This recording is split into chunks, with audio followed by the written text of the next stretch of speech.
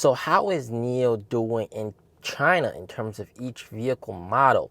I have compiled a bunch of data for every single NIO vehicle model every week, insurance numbers back from July to last week, and also some of its major competitors, BMW, i3 and iX3, Zeekr 001, and we can clearly visualize the differences in insurance registrations and how each vehicle is doing in China. Also, interestingly to note, there were a few EC6 insurance registrations. This, of course, is for very soon to be delivered in September. So that's very interesting. And all this data is from Dongchedi, which is the biggest auto review website here in China. Now, not included in this list are a few other EVs that are actually also NIO's competitors, including the Avatar 11, the Hi-Fi Y, the Denza N7. These cars are all very big competitors right at the price point of the ES6, fighting for the same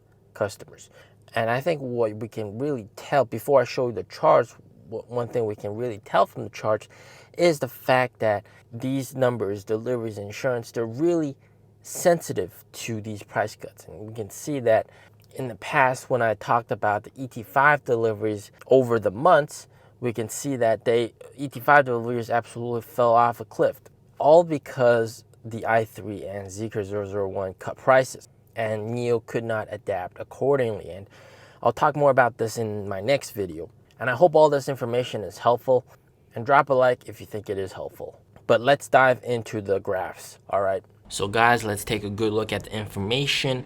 So something to keep in mind, the ET5 and ET5T are grouped together. The NIO 777 are all grouped together. The ES7, the ET7 and EC7, because they don't really make up that much deliveries, so we're putting them together. And then we can see that the total of August so far for each vehicle model, ES6 so far 7,074, so far ET5 and ET5T 6,190, ES8 2,143, and then the 777 1,197. Total insurance registrations 16604. Cool. Now let's look at this first chart. This is of course July. All right.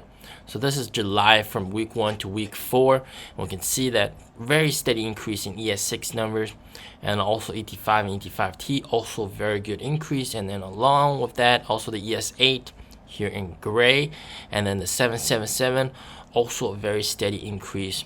Very good, because you know, the free swap was going away. Let's take a look at August, because that's what we're most interested in.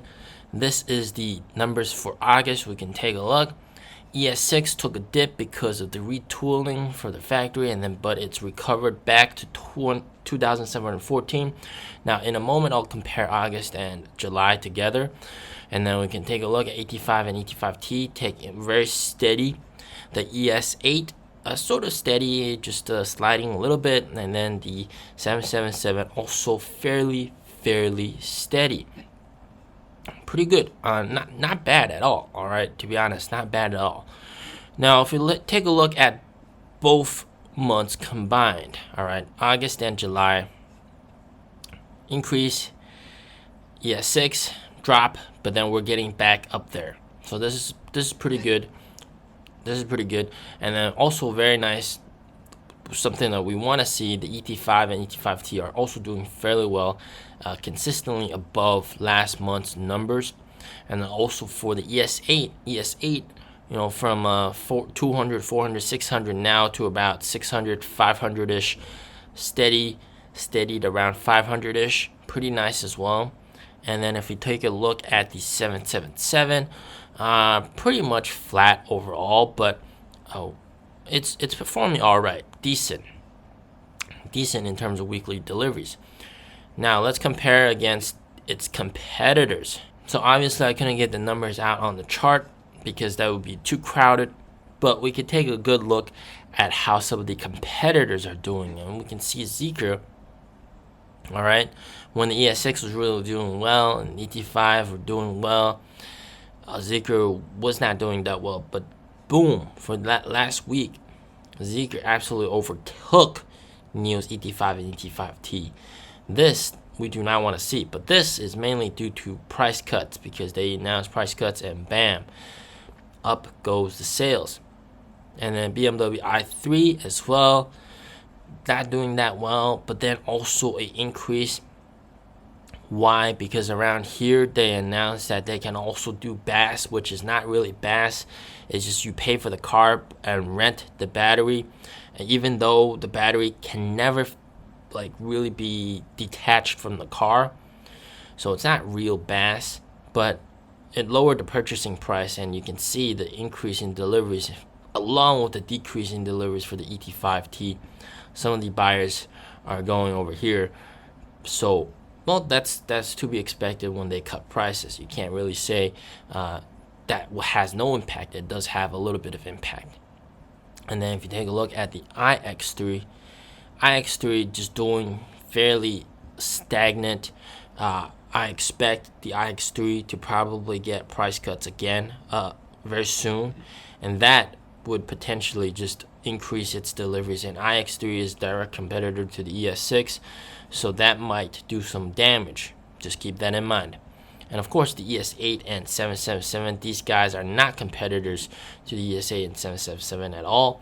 And we just see that, this mainly impacts the ET5 and ET5T, and also the ES6 as well. So ES6 really hasn't been touchable in terms of deliveries by the other guys, but I think they might come out with price cuts soon to start hitting back at the ES6. So hopefully, yes, ES6 can stay on top, and hopefully ET5 and ET5T can overtake Zeekr once again.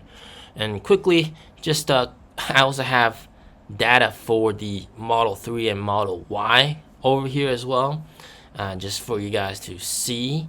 I didn't really chart this because that would just really overtake the chart, because it would be huge.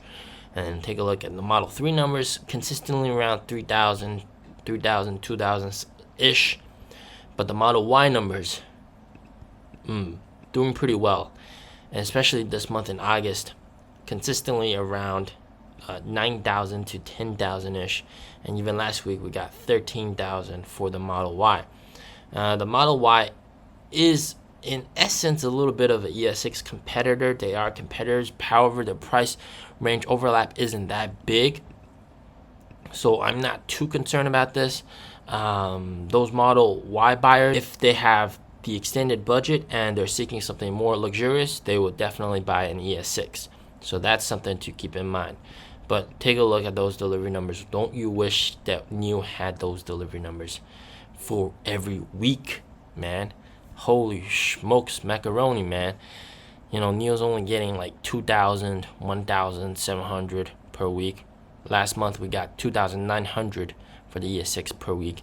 Obviously, different price categories, so we can't really compare the two. But hopefully, this chart was really helpful. You can snapshot, screenshot, whichever you want. And yeah, see you guys in the next one. Stay safe, stay healthy. Peace out.